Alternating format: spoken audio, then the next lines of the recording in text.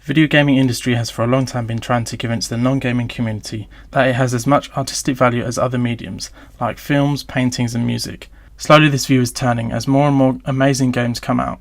Games like Hellblade, God of War 4, The Last of Us are just fantastic games, visually stunning, amazing to play and widely considered to be the best example that video games can be an art, and they push the very boundaries of what video gaming is as an art form. But I think the peak of video gaming art was a game that came out 12 years before The Last of Us. Silent Hill 2 came out on the PlayStation 2 in September 2001, and to my mind I think it holds up as one of the best examples of video game art. Now, for anyone who hasn't played Silent Hill 2, I am going to be talking about spoilers, so leave, buy it immediately, play the hell out of it and then come back. It is obviously a bit old and dated now, but you can still appreciate it for the artistic masterpiece it is. So art is defined in the Oxford Dictionary as the expression or application of human creative skill and imagination, producing works to be appreciated primarily for their beauty or emotional power. For me, video game art isn't just about how beautiful a game is. So even though games like Bioshock, The Witcher and even simulators like Forza are amazing to look at, it is also about how that game makes you feel and how it makes you think about life and how you perceive life itself.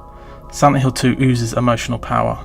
It uses its visuals, storylines and more importantly gameplay to push the medium of video games into an art form. Silent Hill 2 is about James Sunderland, a regular guy who receives a letter from his wife asking him to come back and meet her at their favourite holiday destination, Silent Hill. Problem is that she has been dead for 3 years. There, he has to face up to his inner demons, deal with the guilt and brutal truth as to why he killed his terminally ill wife. The plot deals with subjects that many other video games wouldn't dare to touch. Subjects like guilt, suicide, mental illness, murder, rape, domestic abuse, bullying, pain, suffering, depression and so many more. The game doesn't hide from dealing with these issues and goes for them head on. We see how all these emotions and feelings can affect certain characters which help us analyse our own lives. Do we suffer from the same fears and pain?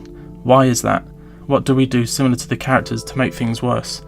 The story of Angela is heartbreaking. She was sexually abused by her father throughout her younger years and ended up murdering him before she came to Silent Hill. Her storyline deals with abuse, suicide and depression like very few other games have since. Visually, Silent Hill 2 was impressive for 2001. Yeah, sure, it looks just terrible now, but back then the cutscenes were amazing. More importantly, the tone and atmosphere built through the soundtrack and art sound design has not been equalled in any other horror game. The deep fog, dilapidated hotels and hospitals, the crackling on the radio, all helped to create a sense of dread and impending doom in the player. Now the monsters. Each monster was subtly designed to reflect James's story.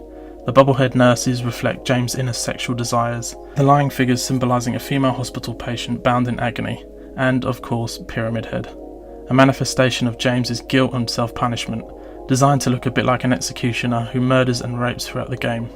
All these aesthetical elements help build story and help the audience connect with the game on a much deeper level than just playing the game. Now we come on to the main reason why I think Silent Hill 2 is the best form of video game art. They use gameplay and game mechanics to evoke emotions in the player, something that books, paintings, films and other forms of media can't do. Let me give you an example.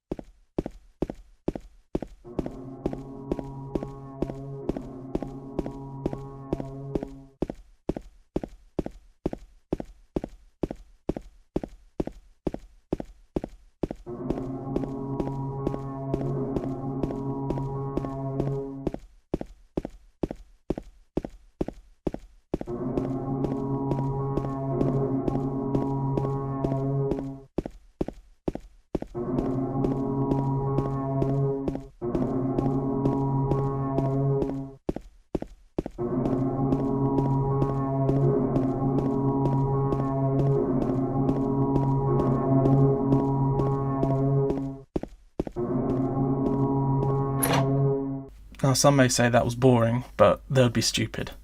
How did that make you feel? They didn't just do that to stretch the game out.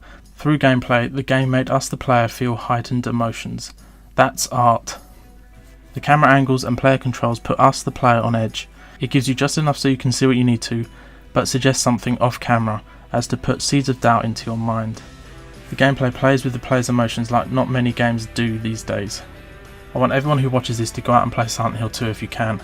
Or if you have, then replay it again. For me, Silent Hill 2 uses creativity and imagination to evoke emotional power and beauty in the player. I'd love to hear your opinions on this. What do you think is the best example of video game art? I'd love your suggestions because, to be honest, I need new games to play. Comment down below and subscribe if you're new to Square Vision, and have a great day.